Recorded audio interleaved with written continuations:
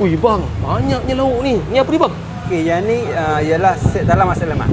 Eh bang, menarik ni. Saya nak try satu boleh? Boleh. Yang ni ialah set dalam masak lemak. Macam-macam ada bang Ya betul. Ini masak lemak apa ni bang? Ini set masak lemak siput sedut. Siput sedut bang Ya, betul. Tengok sikit bang, gaul sikit. Ini siput sedut. Banyak bang Banyak. Pedas ni bang? Yang ni budak boleh makan, orang tua boleh makan. Selain tu apa ada bang?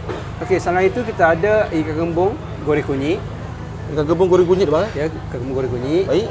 Ulat ulamang beserta sambal belacan. Alright. Ikan telur masing. Okey. Keropok. Keropok pun ada bang Ada. Pencuci mulut kita ada sekodok. Okey. Ikan pekasan. Ikan pekasam bang Ya, Rare betul.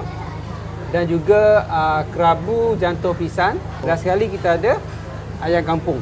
Konsep macam ni berapa ringgit? Harga dia RM1299 sen sahaja. Dengan nasi Baik. sekali boleh makan 3 ke 5 orang. Lain set talang, korang boleh order juga ala carte. Yang ni ialah ketan masak kari. Berapa harga ni bang? Harga dia murah je. RM39.90 sen sahaja. Oh, dapat berapa ratus gram ni bang?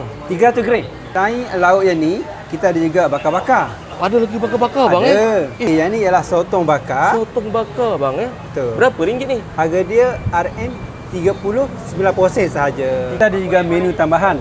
Okey, yang ni kita ada set ulam picik. Dia datang dengan 3 sos. Dudu, Okey. air asam dengan kicap. Kita ada rojak buah. Kalau macam ni, berapa harga dia bang? Okey, harga untuk set ulam RM12.5 sahaja. Untuk rojak RM12.90 sen sahaja. Macam-macam ada kat dapur Cik Lah ni bang Kedai abang kat mana? Kedai dekat Seksyen 13 Shah Alam. Nama kedai Dapur Cik Lah. Hari-hari buka 10 pagi hingga 10 malam. Terima kasih bang Saya kenyang-kenyang dulu. Alright. Assalamualaikum bang. Alhamdulillah. Korang jangan risau. Dekat bawah penuh. Korang boleh je naik atas tingkat 2. Boleh duduk tempat yang selesa. Kita ada aircon, menarik, cantik dan luas lah.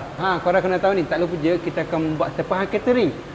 Segala event lah seperti birthday, kunduri kahwin. Paling penting sekali, kita ada juga ruang VIP. Yang ni khas untuk bilik meeting VVIP punya lah.